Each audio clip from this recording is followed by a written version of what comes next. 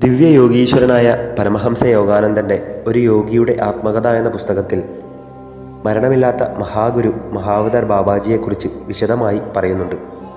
ആ വിവരങ്ങളാണ് ഇനി പറയാൻ പോകുന്നത്.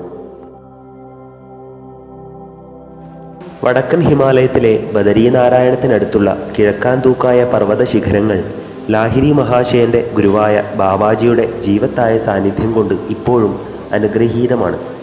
ജനസംസർഗത്തിൽ നിന്ന് അകന്നു കഴിയുന്ന ആ ഗുരുദേവൻ തൻ്റെ ഭൗതിക ശരീരം നൂറ്റാണ്ടുകളായി, ഒരുപക്ഷെ സഹസ്രാബ്ദങ്ങളായി നിലനിർത്തിപ്പോരുന്നു.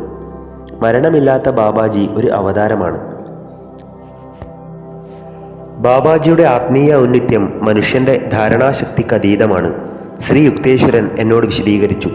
മനുഷ്യൻ്റെ ഹ്രസ്വദൃഷ്ടിക്ക് അദ്ദേഹത്തിൻ്റെ സർവാതിശായിയായ ആധ്യാത്മിക ജ്യോതിസിൽ എത്തിച്ചേരാൻ കഴിയില്ല. ആ അവതാരത്തിൻ്റെ മാഹാത്മ്യം സങ്കല്പിക്കുക പോലും അസാധ്യമാണ്. അത് അചിന്ത്യമാണ്. ഉപനിഷത്തുകൾ ആത്മീയ പുരോഗതിയുടെ ഓരോ ഘട്ടവും കൃത്യമായി തരംതിരിച്ചിട്ടുണ്ട്. ഒരു സിദ്ധൻ ജീവൻ മുക്ത അവസ്ഥയിൽ നിന്ന് പരാമുക്ത അവസ്ഥയിലേക്ക് മുന്നേറുന്നു. ഒരു പരാമുക്തൻ മായയുടെ അടിമത്തത്തിൽ നിന്നും അതിൻ്റെ ജനന മരണ ചക്രത്തിൽ നിന്നും പൂർണ്ണമായി മുക്തി നേടിക്കഴിഞ്ഞു. അതുകൊണ്ട് പരാമുക്തൻ ഒരു ഭൗതിക ശരീരത്തിലേക്ക് തിരിച്ചു വരാറേയില്ല. തിരിച്ചു വരികയാണെങ്കിൽ അദ്ദേഹം ഒരു അവതാരമാണ്. ലോകത്തിന് സ്വർഗീയമായ അനുഗ്രഹങ്ങൾ വരുത്താൻ ദൈവികമായി നിയോഗിക്കപ്പെട്ട ഒരു മാധ്യമം. ഒരു അവതാരത്തിന് പ്രാപഞ്ചികമായ പരിമിതികളുടെ നിയമങ്ങൾ ബാധകമല്ല. ഒരു പ്രകാശ പ്രതിബിംബമായി കാണപ്പെടുന്ന അദ്ദേഹത്തിൻ്റെ പവിത്രമായ ശരീരം പ്രകൃതിയോടുള്ള കടപ്പാടുകളിൽ നിന്നും വിമുക്തമാണ്. വെറുതെ നോക്കിയാൽ ഒരു അവതാരത്തിൻ്റെ രൂപത്തിൽ അസാധാരണമായി ഒന്നും കാണുകയില്ല. പക്ഷേ ചില അവസരങ്ങളിൽ അത് നിഴൽ വീഴ്ത്തുകയോ നിലത്ത് പാദമുദ്ര പതിപ്പിക്കുകയോ ചെയ്യുന്നില്ല. അന്ധകാരത്തിൽ നിന്നും ജഡികമായ അടിമത്തത്തിൽ നിന്നുമുള്ള ആന്തരിക സ്വാതന്ത്ര്യത്തിൻ്റെ ബാഹ്യവും പ്രതീകാത്മകവുമായ ദൃഷ്ടാന്തമാണവ. ജനിമൃതികളുടെ ആപേക്ഷികതയുടെ പിന്നിലെ സത്യത്തെ അമ്മാതിരിയുള്ള ഒരു ഈശ്വര പുരുഷന് മാത്രമേ അറിയൂ. ഏറെ തെറ്റിദ്ധരിക്കപ്പെട്ടിട്ടുള്ള ഒമർ ഖയ്യാം റുബിയായത്ത് എന്ന അനശ്വര വേദഗ്രന്ഥത്തിൽ ഇങ്ങനെയുള്ള മുക്തനെ പ്രകീർത്തിക്കുന്നു. വൃദ്ധി വെടിയാത്തുരൻ ആമോദ ചന്ദ്രികെ വിൺതിങ്കൾ വീണ്ടും ഉദിച്ചിടുന്നു. ഇനി എത്ര ഊഴം ഉദിച്ചവൾ തേടുമീ ആരാമമാകെ വൃഥാവിലെന്നെ. വൃദ്ധി വെടിയാത്തുരൻ ആമോദ ചന്ദ്രിക. ഈശ്വരനാണ് സർവകാല സംഗതമായ നിത്യതയുടെ ധ്രുവനക്ഷത്രം. വീണ്ടും ഉദിക്കുന്ന വിണ്ണിൻ്റെ തിങ്കൾ കാലികമായ പുനരാവർത്തനത്തിൻ്റെ നിയമത്തിന് വിധേയമായ ബാഹ്യപ്രപഞ്ചമാണ്. ആ പേർഷ്യൻ ദാർശനികൻ പ്രകൃതിയുടെ ആരാമം അഥവാ മായയായ ഭൂമിയിലേക്കുള്ള ഒഴിവാക്കാനാവാത്ത തിരിച്ചുവരവിൽ നിന്ന് ആത്മസാക്ഷാത്കാരത്തിലൂടെ എക്കാലത്തെയും വിമോചിതനായി കഴിഞ്ഞു. ഇനി എത്ര ഊഴമുദിച്ചവൾ തേടും വൃഥാവിലെന്നെ. കൈവല്യം പ്രാപിച്ച ഒരാത്മാവിനെ തേടുന്ന വിസ്മയഭരിതമായ പ്രപഞ്ചത്തിൻ്റെ കടുത്ത നിരാശ. ക്രിസ്തുദേവൻ തൻ്റെ സ്വാതന്ത്ര്യം മറ്റൊരു രീതിയിലാണ് പ്രകാശിപ്പിച്ചത്. ഒരു വേദജ്ഞൻ അവനെ സമീപിച്ചു പറഞ്ഞു, ഗുരു, പോകുന്നിടത്തെല്ലാം നിന്നെ അനുഗമിക്കും. യേശു പറഞ്ഞു, കുറുനരികൾക്ക് മാളങ്ങളുണ്ട്, ആകാശത്തിലെ പറവകൾക്ക് കൂടുകളുമുണ്ട്. മനുഷ്യപുത്രനോ ഒരു തല ചായ്ക്കാൻ ഇടമില്ല. സർവവ്യാപിത്വം കൊണ്ട് എങ്ങും നിറഞ്ഞു നിന്ന ക്രിസ്തുദേവനെ സർവാതിശായിയായ ആത്മാവിലല്ലാതെ എങ്ങനെ പിന്തുടരാൻ കഴിയും? ശ്രീകൃഷ്ണനും ശ്രീരാമനും ശ്രീബുദ്ധനും പതഞ്ജലി മഹർഷിയും പ്രാചീന ഭാരതത്തിലെ അവതാരങ്ങളിൽപ്പെടുന്നു. ദക്ഷിണ ഭാരത അവതാരം അഗസ്ത്യമുനിയെ അധികരിച്ച് തമിഴിൽ ഗണ്യമായ ഒരു കാവ്യാത്മക സാഹിത്യം വളർന്നിട്ടുണ്ട്. ക്രിസ്തുവിനു മുമ്പും പിമ്പുമായുള്ള ശതാബ്ദങ്ങളിൽ അനവധി ദിവ്യാത്ഭുതങ്ങൾ കാട്ടിയിട്ടുള്ള അദ്ദേഹം ഇന്നും തൻ്റെ ഭൗതിക ശരീരം നിലനിർത്തുന്നു എന്നാണ് വിശ്വാസം. ഭാരതത്തിൽ ബാബാജിയുടെ അവതാര ലക്ഷ്യം പ്രവാചകന്മാരെ തങ്ങളുടെ പ്രത്യേക ദൗത്യങ്ങളിൽ സഹായിക്കുക എന്നതാണ്. അങ്ങനെ അദ്ദേഹം വേദോക്തമായ മഹാവതാരം എന്ന ഗണത്തിൽപ്പെടാൻ യോഗ്യത നേടുന്നു. സന്യാസി പരമ്പര പുനഃസംഘടിപ്പിച്ച ആദിശങ്കരനും മധ്യകാലത്തെ യോഗിവര്യനായ കബീറിനും താൻ യോഗദീക്ഷ നൽകിയെന്നതായി അദ്ദേഹം പ്രസ്താവിച്ചിട്ടുണ്ട്. നമുക്ക് അറിയാമെന്ന പോലെ 19-ാം നൂറ്റാണ്ടിലെ പ്രധാന ശിഷ്യൻ നഷ്ടപ്രായമായ ക്രിയായോഗത്തെ പുനരുജ്ജീവിപ്പിച്ച ലാഹിരി മഹാശയനായിരുന്നു. ബാബാജി ശ്രീ യേശുവുമായി സദാ താതാത്മ്യത്തിലാണ്. അവർ ഒത്തുചേർന്ന് വിമോചനത്തിൻ്റെ ദിവ്യസ്പന്ദനങ്ങൾ പുറപ്പെടുവിക്കുന്നു. അവർ ഈ കാലഘട്ടത്തിൻ്റെ വിമോചനത്തിലുള്ള ആത്മീയ മാർഗം ആസൂത്രണം ചെയ്യുകയും ചെയ്തിട്ടുണ്ട്. ഈശ്വര സാക്ഷാത്കാരം നേടിയ ഈ രണ്ട് ആചാര്യന്മാരിൽ ഒരാൾ ഭൗതിക ശരീരത്തോടു കൂടിയും മറ്റേയാൾ ഭൗതിക ശരീരമില്ലാതെയും പ്രവർത്തിക്കുന്നു. യുദ്ധങ്ങളും വർഗീയ വൈരവും ജാതിമത സങ്കുചിത ചിന്തകളും ഭൗതികതയുടെ തിരിച്ചടി നൽകുന്ന തിന്മകളും വെടിയാൻ രാഷ്ട്രങ്ങളെ പ്രേരിപ്പിക്കുക എന്നതാണ് അവരുടെ ദൗത്യം. ആധുനിക കാലത്തിൻ്റെ പ്രവണതകൾ, പ്രത്യേകിച്ചും പാശ്ചാത്യ സംസ്കാരത്തിൻ്റെ സ്വാധീനവും സങ്കീർണതകളും ബാബാജി നന്നായി അറിയുന്നു. പാശ്ചാത്യ പൗരസ്ത്യ ദേശങ്ങളിൽ ഒരുപോലെ യോഗാഭ്യാസത്തിൻ്റെ ആത്മവിമോചനം പ്രചരിപ്പിക്കേണ്ടതിൻ്റെ ആവശ്യകത അദ്ദേഹത്തിന് ബോധ്യമുണ്ട്. ബാബാജിയെപ്പറ്റി ചരിത്രപരമായ പരാമർശങ്ങളൊന്നുമില്ല എന്നത് നമ്മെ അത്ഭുതപ്പെടുത്തേണ്ടതില്ല. ഒരു നൂറ്റാണ്ടിലും പൊതുജനമധ്യത്തിൽ മഹാനായ ആ ആചാര്യൻ പ്രത്യക്ഷപ്പെട്ടിട്ടില്ല. അദ്ദേഹത്തിൻ്റെ സഹസ്രാബ്ദ പദ്ധതികളിൽ പരസ്യത്തിൻ്റെ തെറ്റിദ്ധാരണാജനകമായ പ്രചാരണവേലയുടെ പകിട്ടേറിയ പ്രകാശത്തിന് സ്ഥാനമില്ല. ഏകനും നിശബ്ദനുമായ സൃഷ്ടാവിനെപ്പോലെ ബാബാജി എളിയ നിഗൂഢതയിൽ വർത്തിക്കുന്നു. ശ്രീകൃഷ്ണനെയും ക്രിസ്തുദേവനെയും പോലുള്ള മഹാന്മാരായ പ്രവാചകന്മാർ ഭൂമിയിൽ ആവിർഭവിക്കുന്നത് നിർദ്ദിഷ്ടവും ജനശ്രദ്ധയാകർഷിക്കുന്നതുമായ ഒരു ലക്ഷ്യത്തോടെയാണ്. അത് നിറവേറ്റിക്കഴിഞ്ഞാലുടൻ അവർ പോകുന്നു. ബാബാജിയെപ്പോലുള്ള മറ്റ് അവതാരങ്ങൾ ചരിത്രത്തിലെ എടുത്തു പറയത്തക്ക ഏതെങ്കിലും ഒരു സംഭവവുമായി ബന്ധപ്പെടുന്നതിലുപരി നൂറ്റാണ്ടുകളിലൂടെ മനുഷ്യൻ്റെ സാവധാനമുള്ള പുരോഗതിയുമായി ബന്ധപ്പെട്ട പ്രവർത്തനങ്ങളാണ് ഏറ്റെടുക്കുക. അത്തരം അവതാരങ്ങൾ പൊതുദൃഷ്ടിയിൽ നിന്ന് എപ്പോഴും മറഞ്ഞു നിൽക്കുകയും ഇഷ്ടാനുസരണം അദൃശ്യരാകാനുള്ള കഴിവ് വച്ച് പുലർത്തുകയും ചെയ്യുന്നു. ഇക്കാരണങ്ങളാലും തങ്ങളെപ്പറ്റി പുറത്തു പറയാതിരിക്കാൻ ശിഷ്യരോട് പൊതുവെ അവർ നിർദ്ദേശിക്കുന്നതിനാലും അനവധി ആത്മീയ അധികായന്മാർ ലോകരറിയാതെ കഴിയുന്നു. ബാബാജിയെക്കുറിച്ചുള്ള ഈ താളുകളിൽ അദ്ദേഹത്തിൻ്റെ ജീവിതത്തെപ്പറ്റി ഒരു സൂചന മാത്രമേ ഞാൻ തരുന്നുള്ളൂ. പരസ്യപ്പെടുത്തുന്നത് അനുയോജ്യവും സഹായകവുമാവുമെന്ന് അദ്ദേഹം കരുതുന്ന ചില വസ്തുതകൾ മാത്രമാണവ. ബാബാജിയുടെ കുടുംബവും ജന്മസ്ഥലവും ഇതിഹാസകാരന്മാർക്ക് പ്രിയങ്കരമായ പരിമിതപ്പെടുത്തുന്ന വസ്തുതകളൊന്നും തന്നെ ഒരിക്കലും വെളിവായിട്ടില്ല. സാധാരണഗതിയിൽ അദ്ദേഹം ഹിന്ദി സംസാരിക്കുന്നു. പക്ഷേ ഏതു ഭാഷയും അദ്ദേഹത്തിന് അനായാസേന സംസാരിക്കാൻ കഴിയും. ബാബാജി എന്ന ലളിതനാമമാണ് അദ്ദേഹം സ്വീകരിച്ചിട്ടുള്ളത്. ലാഹിരി മഹാശയൻ്റെ ശിഷ്യന്മാർ നൽകിയിട്ടുള്ള മറ്റ് അപരനാമങ്ങൾ മഹാമുനി, ബാബാജി മഹാരാജ്, മഹായോഗി, ത്രയംബക ബാബ, ശിവബാബ എന്നിവയൊക്കെയാണ്. പൂർണ്ണമുക്തമായ ഒരു ആചാര്യൻ്റെ കുടുംബനാമം അറിഞ്ഞില്ലെങ്കിൽ തന്നെ എന്താണ്?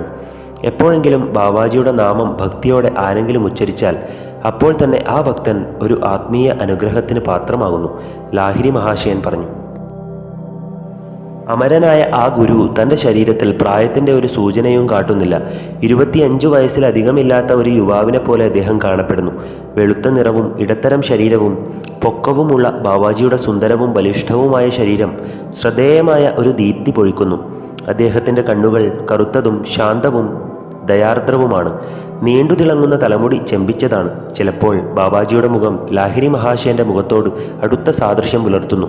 യുവത്വം തുളുമ്പുന്ന ബാബാജിയുടെ അച്ഛനാണോ ലാഹിരി മഹാശയൻ എന്നു തോന്നത്തക്ക വണ്ണം ആ സാദൃശ്യം പിൽക്കാലങ്ങളിൽ ചിലപ്പോഴൊക്കെ അത്ര എടുത്തു പറയത്തക്കതായിരുന്നു. എൻ്റെ താപസോപമനായിരുന്ന സംസ്കൃത അധ്യാപകൻ സ്വാമി കേവലാനന്ദൻ ബാബാജിയോടൊപ്പം കുറേക്കാലം ഹിമാലയത്തിൽ കഴിഞ്ഞിരുന്നു. അതുല്യനായ ആ ആചാര്യൻ തൻ്റെ സംഘത്തോടൊപ്പം പർവ്വതപ്രദേശങ്ങളിൽ ഓരോ സ്ഥലത്ത് സഞ്ചരിക്കുന്നു. കേവലാനന്ദജി എന്നോട് പറഞ്ഞു, അദ്ദേഹത്തിൻ്റെ ചെറിയ സംഘത്തിൽ അത്യധികം ആത്മീയ ഉന്നതി നേടിയ അമേരിക്കക്കാരായ 2 ശിഷ്യന്മാരുണ്ട്. ബാബാജി ഒരിടത്ത് കുറേ സമയം തങ്ങിക്കഴിഞ്ഞാൽ ഡേരാ ദണ്ഡ ഉഠാവോ എന്ന് പറയുന്നു. അദ്ദേഹം ഒരു ദണ്ട് കയ്യിൽ വയ്ക്കുന്നു. സംഘത്തോടൊപ്പം മറ്റൊരിടത്തേക്ക് തൽക്ഷണം സ്ഥലം വിടുന്നതിനുള്ള സൂചനയാണ് അദ്ദേഹത്തിൻ്റെ വാക്കുകൾ. എപ്പോഴും അദ്ദേഹം ഈ സൂക്ഷ്മ യാനമാർഗം സ്വീകരിക്കാറില്ല. ചിലപ്പോൾ ഗിരിശൃംഗങ്ങളിൽ നിന്ന് ഗിരിശൃംഗങ്ങളിലേക്ക് അദ്ദേഹം കാൽനടയായി പോകുന്നു. ബാബാജി സ്വമേധയാ ആഗ്രഹിച്ചാലേ മറ്റുള്ളവർക്ക് അദ്ദേഹത്തെ കാണാനോ തിരിച്ചറിയാനോ കഴിയൂ. വിവിധ ശിഷ്യന്മാർക്ക് അല്പാൽപ്പം വ്യത്യസ്തമായ രൂപങ്ങളിൽ അദ്ദേഹം പ്രത്യക്ഷപ്പെട്ടിട്ടുള്ളതായി അറിയുന്നു. ചിലപ്പോൾ താടിയും മീശയും, ചിലപ്പോൾ അവയില്ലാതെയും. ജീർണതയില്ലാത്ത ആ ശരീരത്തിന് ആഹാരം ആവശ്യമില്ല. അതുകൊണ്ട് അദ്ദേഹം വല്ലപ്പോഴുമേ ഭക്ഷണം കഴിക്കാറുള്ളൂ. തന്നെ സന്ദർശിക്കുന്ന ശിഷ്യന്മാരോട് കാട്ടുന്ന സാമൂഹ്യ മര്യാദയുടെ പേരിൽ അദ്ദേഹം ചിലപ്പോൾ പഴങ്ങളോ പാലും നെയ്യും ചേർത്ത് പാകം ചെയ്ത ചോറോ സ്വീകരിക്കാറുണ്ട്. ബാബാജിയുടെ ജീവിതത്തിലെ 2 അത്ഭുതകരമായ സംഭവങ്ങൾ എനിക്കറിയാം. കേവലാനന്ദജി തുടർന്നു. ഒരു രാത്രിയിൽ അദ്ദേഹത്തിൻ്റെ ശിഷ്യന്മാർ ശക്തിയായി കത്തിക്കൊണ്ടിരുന്ന വിശുദ്ധ ഹോമാഗ്നിക്കു ചുറ്റുമിരിക്കുകയായിരുന്നു. പെട്ടെന്ന് ആ ഗുരുനാഥൻ കത്തിക്കാളുന്ന ഒരു വിറകുകൊള്ളിയെടുത്ത് അഗ്നിക്ക് സമീപം ഇരുന്ന ഒരു ശിഷ്യനെ നഗ്നമായ തോളിൽ ലഘുവായി ഒരടി കൊടുത്തു. പ്രഭു, എത്ര ക്രൂരമാണിത്! അവിടെ ഉണ്ടായിരുന്ന ലാഹിരി മഹാശയൻ പ്രതിഷേധം പ്രകടിപ്പിച്ചു. അവൻ്റെ കർമ്മഫലമായി അവൻ നിങ്ങളുടെ കൺമുമ്പിൽ വെച്ച് എരിഞ്ഞു ചാമ്പലാകുന്നത് കാണുന്നതാണോ നിനക്കിഷ്ടം? ഈ വാക്കുകളിലൂടെ ബാബാജി തൻ്റെ വിമോചകമായ കൈ ശിഷ്യൻ്റെ വിരൂപമായി തീർന്ന തോളിൽ വച്ചു. ഈ രാത്രി ഞാൻ നിന്നെ വേദനാജനകമായ മരണത്തിൽ നിന്ന് രക്ഷിച്ചിരിക്കുന്നു. തീയാലുള്ള നിന്റെ അല്പമാത്രമായ വേദന കൊണ്ട് കർമ്മത്തിൻ്റെ നിയമം തൃപ്തമാക്കപ്പെട്ടിരിക്കുന്നു. മറ്റൊരിക്കൽ ബാബാജിയുടെ വിശുദ്ധ സംഘത്തെ ഒരു അപരിചിതൻ്റെ വരവ് ശല്യപ്പെടുത്തി. ഗുരുനാഥൻ്റെ താവളത്തിനടുത്ത് കയറിക്കൂടാൻ ഏതാണ്ട് അസാധ്യമായ പർവ്വതശിഖരത്തിൽ അത്ഭുതകരമായ വൈദഗ്ധ്യത്തോടെ അയാൾ കയറിയെത്തി. പ്രഭോ, അങ്ങു തന്നെ ആയിരിക്കണം മഹാനായ ബാബാജി. അയാളുടെ മുഖം അവർണ്ണനീയമായ ഭക്തിയിൽ തിളങ്ങി. മാസങ്ങളായി അപ്രാപ്യമായ ഈ പർവ്വത ശിഖരങ്ങളിൽ ഞാൻ അങ്ങേ അവസാനിക്കാത്ത അന്വേഷണവുമായി തേടി നടന്നു. എന്നെ ഒരു ശിഷ്യനായി സ്വീകരിക്കണമെന്ന് ഞാൻ താണുവീണപേക്ഷിക്കുന്നു. ആ മഹാനായ ആചാര്യൻ പ്രതികരിക്കാതിരുന്നപ്പോൾ ആ മനുഷ്യൻ താഴെ പാറക്കെട്ടുകൾ നിറഞ്ഞ ഗർത്തത്തിലേക്ക് ചൂണ്ടി, അങ്ങ് എന്നെ കൈക്കൊള്ളുകയില്ലെങ്കിൽ ഈ പർവ്വത ശിഖരങ്ങളിൽ നിന്ന് ഞാൻ താഴേക്ക് ചാടും. ഈശ്വരനിലേക്ക് അങ്ങയുടെ മാർഗദർശനം എനിക്ക് നേടാനാകുന്നില്ലെങ്കിൽ ജീവിതത്തിന് പിന്നെ വിലയില്ല. എങ്കിൽ ചാടൂ, ബാബാജി നിർവികാരനായി പറഞ്ഞു. നിന്റെ ഇപ്പോഴത്തെ ആത്മീയ വികാസം വെച്ചുകൊണ്ട് എനിക്ക് നിന്നെ സ്വീകരിക്കാനാവില്ല. അയാൾ ഉടനെ തന്നെ താഴെയുള്ള പാറക്കെട്ടുകളിലേക്ക് എടുത്തു ചാടി. നടുങ്ങിപ്പോയ ശിഷ്യരോട് അയാളുടെ ശരീരം എടുത്തുകൊണ്ടുവരാൻ ബാബാജി നിർദ്ദേശിച്ചു. അവർ ചിന്ന ഭിന്നമായ ആ ശരീരം എടുത്തുകൊണ്ടുവന്നപ്പോൾ ആചാര്യൻ തൻ്റെ കൈ മരിച്ച മനുഷ്യൻ്റെ മേൽ വച്ചു. അതാ അയാൾ കണ്ണുകൾ തുറന്ന് സർവശക്തനായ ഗുരുവിൻ്റെ മുന്നിൽ എളിമയോടെ സാഷ്ടാംഗം നമസ്കരിച്ചു. ഇപ്പോൾ നീ ശിഷ്യത്വത്തിന് തയ്യാറായി കഴിഞ്ഞു. തൻ്റെ പുനരുജ്ജീവിച്ച ശിഷ്യനെ നോക്കി ബാബാജി സ്നേഹപൂർവ്വം പുഞ്ചിരിച്ചു. ബുദ്ധിമുട്ടേറിയ ഒരു പരീക്ഷയിൽ ധൈര്യപൂർവ്വം നീ വിജയിച്ചു. മരണം നിന്നെ ഇനി തീണ്ടുകയില്ല. ഇപ്പോൾ നീ ഞങ്ങളുടെ അമരഗണത്തിൽ ഒരുവനായി. എന്നിട്ട് അദ്ദേഹം തൻ്റെ പതിവ് യാത്രാമൊഴി ഉരുവിട്ടു. ഡേരാ ദണ്ഡാവുടാവോ. സംഘം ഒന്നാകെ പർവ്വതത്തിൽ നിന്ന് മറഞ്ഞു. ഒരവതാരം സർവ്വവ്യാപിയായ പരമാത്മാവിൽ നിവസിക്കുന്നു. അദ്ദേഹത്തിന് വർഗത്തിൻ്റെ വിപരീതമായ ദൂരമൊന്നുമില്ല. അതിനാൽ നൂറ്റാണ്ടുകളിലൂടെ തൻ്റെ ഭൗതിക ശരീരം വെച്ച് പുലർത്തുന്നതിന് ബാബാജിയെ ഒരു കാരണം മാത്രമേ പ്രേരിപ്പിക്കുന്നുള്ളൂ: മനുഷ്യരാശിക്ക് അതിൻ്റെ സാധ്യതകളെക്കുറിച്ച് സുവ്യക്തമായ ഒരു മാതൃക നൽകുക എന്ന അഭിലാഷം. ഒരു ഭൗതിക ശരീരത്തിൽ ഈശ്വരൻ്റെ ഒരു ക്ഷണിക ദർശനം മനുഷ്യന് ലഭിക്കുന്നില്ല എങ്കിൽ തനിക്ക് മർത്യത്വത്തെ അതിജീവിക്കാനാവില്ല എന്ന ഭാരിച്ച മായാവിഭ്രാന്തിയിൽ അവൻ എന്നും പീഡിതനായി തന്നെ കഴിയേണ്ടി വരും. യേശുവിന് ആദ്യം മുതൽ തന്നെ തൻ്റെ ജീവിതത്തിലെ സംഭവങ്ങളുടെ ഗതി അറിയാമായിരുന്നു. അദ്ദേഹം ഓരോ സംഭവത്തിലൂടെയും കടന്നുപോയത് തനിക്കു വേണ്ടിയോ കാർമ്മികമായ ബാധ്യതയാലോ ആയിരുന്നില്ല, ചിന്താശീലരായ മനുഷ്യരുടെ അഭ്യുന്നതിക്കു വേണ്ടിയായിരുന്നു. മത്തായി, മാർക്കോസ്, ലൂക്കോസ്, യോഹന്നാൻ എന്നീ 4 സുവിശേഷകർ അവാജ്യസുന്ദരമായ ആ ജീവിത നാടകം ഭാവി തലമുറയുടെ പ്രയോജനത്തിനായി രേഖപ്പെടുത്തി. ബാബാജിക്കും ഭൂതവർത്തമാന ഭാവികളുടെ ആപേക്ഷികതയില്ല. തുടക്കം മുതലേ തൻ്റെ ജീവിതത്തിൻ്റെ എല്ലാ ഘട്ടങ്ങളിലും അദ്ദേഹം അറിയുന്നു. മനുഷ്യരുടെ പരിമിതമായ അറിവിനുള്ളിൽ സ്വയം ഒതുങ്ങി നിന്ന് ഒന്നോ അധികമോ സാക്ഷികളുടെ മുന്നിൽ വെച്ച് തൻ്റെ ദിവ്യജീവിതത്തിലെ പല പ്രവൃത്തികളും അദ്ദേഹം ചെയ്തിട്ടുണ്ട്. അങ്ങനെ ശാരീരികമായ അനശ്വരതയുടെ സാധ്യത പ്രഖ്യാപിക്കാൻ തനിക്ക് സമയമായി എന്ന് ബാബാജി കരുതിയ ഒരു വേളയിൽ ലാഹിരി മഹാശയൻ്റെ ഒരു ശിഷ്യനും സന്നിഹിതനായിരുന്നു. മറ്റു സാധകന്മാരുടെ പ്രചോദനത്തിനായി ആത്യന്തികമായി അറിയപ്പെടട്ടെ എന്ന് കരുതി അദ്ദേഹം രാം ഗോപാൽ മഞ്ജുന്ദാറിൻ്റെ മുമ്പിൽ ഈ വാഗ്ദാനം ചെയ്തു: പിതാവേ, നീ എപ്പോഴും എന്നെ കേൾക്കുന്നുവെന്ന് എനിക്കറിയാം. നീ എന്നെ അയച്ചുവെന്ന് ചുറ്റും നിൽക്കുന്ന ഈ ജനം വിശ്വസിക്കേണ്ടതിനാണ് ഞാൻ ഇത് പറഞ്ഞത് എന്ന് ക്രിസ്തുദേവൻ പറഞ്ഞതുപോലെ മഹാത്മാക്കൾ അവരുടെ വാക്കുകൾ ഉച്ചരിക്കുന്നതും സ്വാഭാവികമായെന്ന് തോന്നുന്ന സംഭവഗതികളിൽ ഭാഗവാക്കാവുന്നതും മനുഷ്യ നന്മയ്ക്ക് വേണ്ടി മാത്രമാണ്. രൺബാജപുരത്ത് ഉറങ്ങാത്ത ദിവ്യൻ രാംഗോപാലിനെ ഞാൻ സന്ദർശിച്ചപ്പോൾ അദ്ദേഹം ബാബാജിയുമായുള്ള തൻ്റെ ആദ്യ കൂടിക്കാഴ്ചയുടെ വിസ്മയകരമായ കഥ പറഞ്ഞു. ലാഹിരി മഹാശയൻ്റെ പാദങ്ങൾക്കരികിലിരിക്കാൻ എൻ്റെ ഏകാന്തമായ ഗുഹ വിട്ട് ചിലപ്പോൾ ഞാൻ വാരണാസിയിൽ പോകുമായിരുന്നു. രാംഗോപാൽ എന്നോട് പറഞ്ഞു. അദ്ദേഹത്തിൻ്റെ ശിഷ്യന്മാരുടെ ഒരു സംഘത്തോടൊപ്പം ഞാനും ഒരു പാതിരാവിൽ നിശബ്ദനായി ധ്യാനിച്ചിരുന്നപ്പോൾ ഗുരുദേവൻ എന്നോട് അത്ഭുതകരമായ ഒരു അപേക്ഷ നടത്തി. രാംഗോപാൽ, ഉടൻ തന്നെ ദശാശ്വമേധ സ്നാനഘട്ടത്തിലേക്ക് പോകൂ. ഞാൻ വേഗം ആളൊഴിഞ്ഞ് ആ സ്ഥലത്തെത്തി. നിലാവും തിളങ്ങുന്ന നക്ഷത്രങ്ങളും കൊണ്ട് രാത്രി പ്രകാശം തുളുമ്പുന്നതായിരുന്നു. അല്പനേരം ക്ഷമയോടെ ഞാൻ ഇരുന്നപ്പോൾ എൻ്റെ കാലിനരികിലുള്ള ഒരു വലിയ ശിലാതലത്തിൽ എൻ്റെ ശ്രദ്ധ പതിഞ്ഞു. ഒരു ഭൂഗർഭ ഗുഹ വെളിവാക്കിക്കൊണ്ട് അത് സാവധാനം ഉയർന്നു. ഏതോ അജ്ഞാത രീതിയിൽ ഉയർത്തിപ്പിടിച്ച നിലയിൽ അത് നിശ്ചലമായി.